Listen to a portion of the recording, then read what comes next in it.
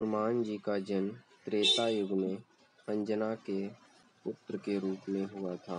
अंजना असल में कुंजी कस्थला नाम की एक अप्सरा थी, मगर एक श्राप के कारण उन्हें नारी वानर के रूप में धरती पे जन्म लेना पड़ा। उस श्राप का प्रभाव शिव के अंश को जन्म देने के बाद ही समाप्त होना था। अंजना केसरी की पत्नी थी।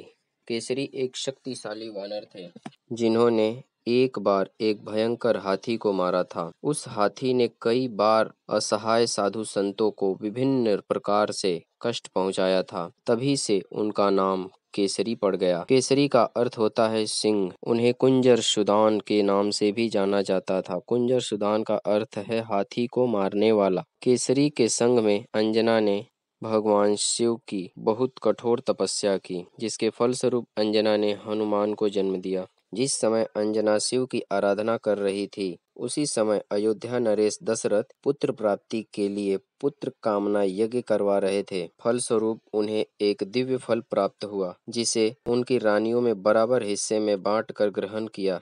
इसी के फलस्वरूप उन्हें राम, लक्ष्मण, भरत और शत्रुघ्न पुत्र प्राप्त हुए।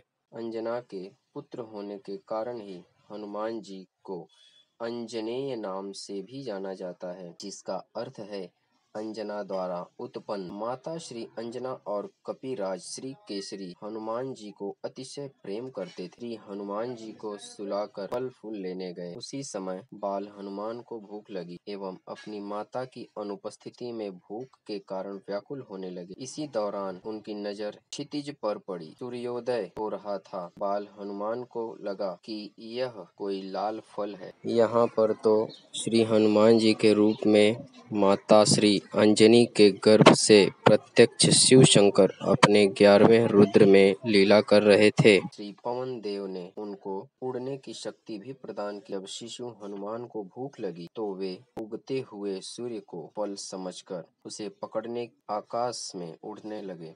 उस लाल फल को लेने के लिए हनुमान जी वायु वेग में आकाश में उड़ने लगे। उनको देखकर देव दानव सभी विस्मयता पूर्वक कहने लगे कि बाल्यावस्था में ऐसा पराक्रम दिखाने वाला यौवन काल में क्या नहीं करेगा। उधर भगवान सूर्य ने उन्हें अबोध शिशु समझकर अपने तेज से नहीं जलने दिया।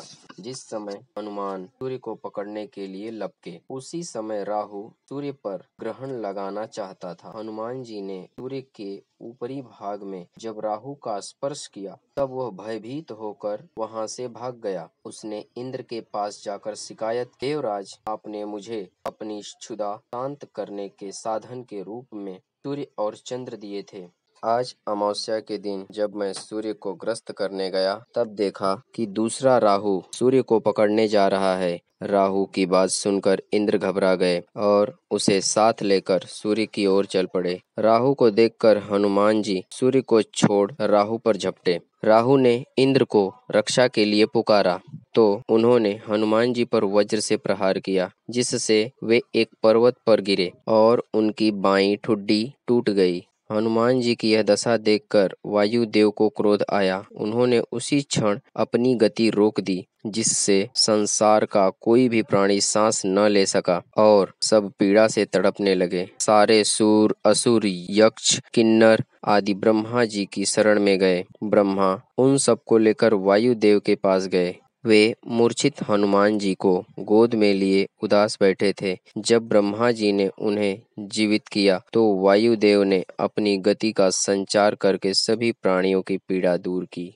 तभी श्री ब्रह्मा जी ने हनुमान जी को वरदान दिया, इस बालक को कभी ब्रह्मशाप नहीं लगेगा, कभी भी उनका एक भी अंग सस्तर नहीं होगा। ब्रह्मा जी ने अन्य देवताओं से भी कहा कि इस बालक को आप सभी वरदान दें। देवराज इंद्र ने हनुमान जी के गले में कमल की माला पहनाते हुए कहा कि मेरे वज्र प्रहार के कारण इस बालक की हनु टूट गई है, इसलिए इन कपिश्रेष्ठ का नाम आज से हनुमान रहेगा और मेरा वज्र भी इस बालक को नुकसान नहीं पहुंचा सकेगा। ऐसा वज्र जैसा कठोर शरीर होगा। श्री सूर्य ने भी कहा कि इस बालक को मैं अपना तेज प्रदान करता हूं और मैं इनको शस्त्र समर्थ मर्मज्ञ बनाता हूं। इसी प्रकार सभी देवी देवताओं ने हनुमान जी को अपनी अपनी शक्तियां दी।